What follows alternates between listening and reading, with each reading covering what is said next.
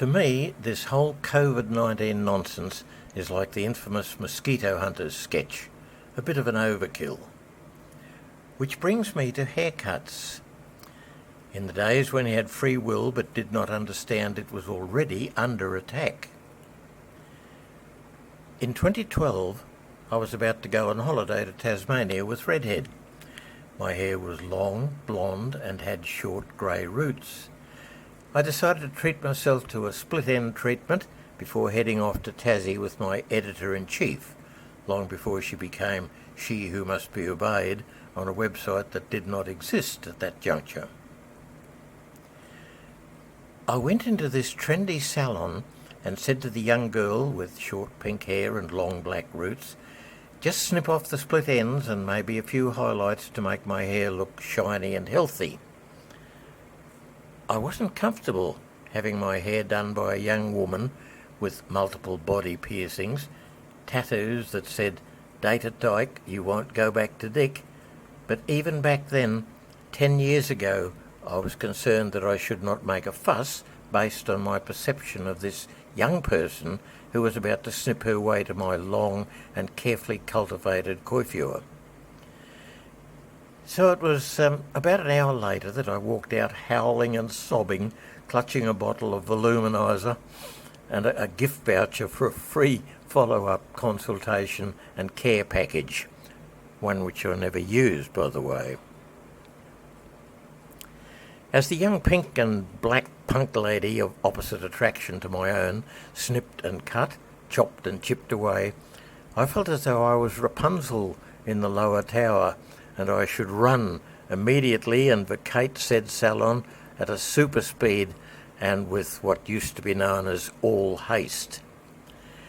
I sat in that chair, looking in the mirror, and meekly asked, "Are you sure you know what you're doing?" "Oh yes," she replied with a soft and velvety voice that made me think that all was under control. "I am a professional." And she snipped some more.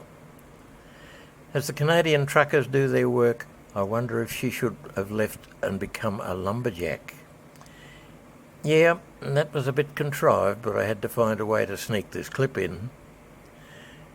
By the time I finally made it to Tasmania, I was looking like a chemotherapy patient celebrating my hair growing back, and my hair had been dispatched to a dismal and dark day of a place starting with the letter D, called Dustbin. Before you all get, "You hate lesbians and have a problem with cancer patients," let me reassure you. I have had cancer, and I was thankful that my treatment involved the loss of an adrenal gland, a kidney, and a rather unpleasant tumour. So often these days we feel obligated to preface a statement about lesbians, gays, transgenders, etc. with a comment like, "Some of my best friends are gay, but..."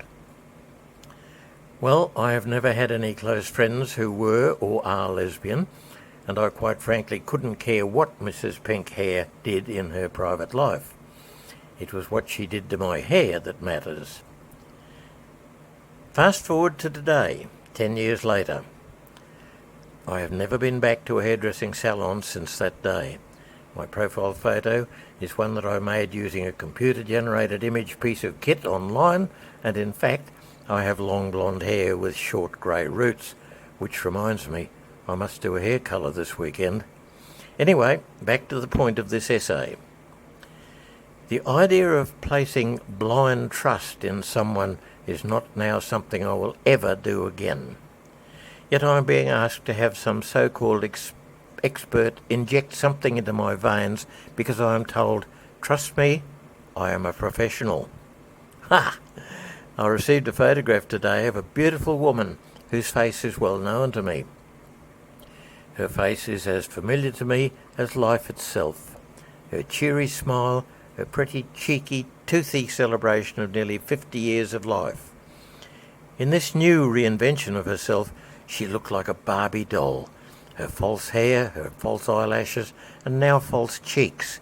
She has changed the way she looks, all for vanity. Or is it for self-preservation? I have seen it before. It really upset me when this beautiful woman, not Hillary obviously, decided to listen to an expert who said that it would make her perfect. I thought she already was, but she trusted the expert, and now I barely recognise her. How long will these cheek fillers last? At least 1 to 2 years, I'm told. Why would someone do this to their body?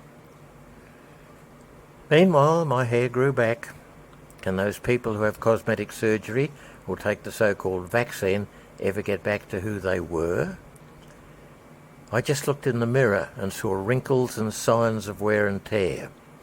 If I get out of the shower, I dare not jump. Too much keeps jumping after I land. If my body were a car, I would trade it on a newer model. Every time I cough, sneeze or splutter, my radiator leaks and my exhaust backfires. But I do not have any tattoos, and I do not have any Botox, and I do not have any cosmetic surgery because COVID and a bad hairdresser taught me that vanity is not really very clever, and blind trust is not going to restore my freedom or my youth. It will merely make me more dependent, and that, my friends, is the last thing I need or want. What is the point of this article, you ask yourself? Well, I guess it is to say that something doesn't feel right. Follow your gut feeling. Don't let someone say, "Trust me, I am a professional," because chances are you will regret the moment that you believed them. Will people who have lost their sense of self ever look the same again? Will people who get a tattoo ever be able to press the reset button on their personal computer and go back to the last save on the hard drive? Will people who got the clot shot ever be able to say, "Oops, I shouldn't have done that. Time to go back to before I trusted a professional"? I have a dreadful feeling that all they face is a blue screen of death, and the only way to fix it is keep getting updates from the manufacturer.